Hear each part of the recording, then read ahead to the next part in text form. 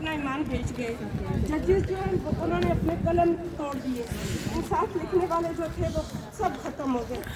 तो मैं ये कहना चाहती हूँ कि पाकिस्तान के निज़ाम के ऊपर जो आजकल राइट है, जो आसम लॉ जो आजकल राज है, उसके ऊपर अगर मेरी तरफ से डाले तो करोड़ों बार, हजारों बार थोड़ी हैं, करोड़ों बार लान के ऐसे शख्स के ऊपर कि जो यजीद हमने पढ़ा था, सुना था कि यजीद कोई था जिसने हज़रत इमाम हुसैन अलैहिस्सलाम के साथ गुफा में किया।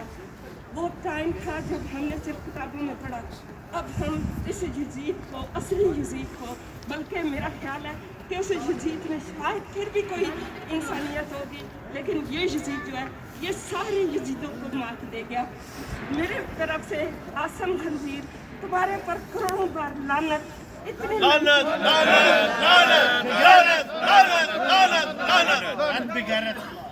और तुम्हें इस बात का शर्म भी नहीं आती, इस कदर तुमने इस्तिस्ना लिया।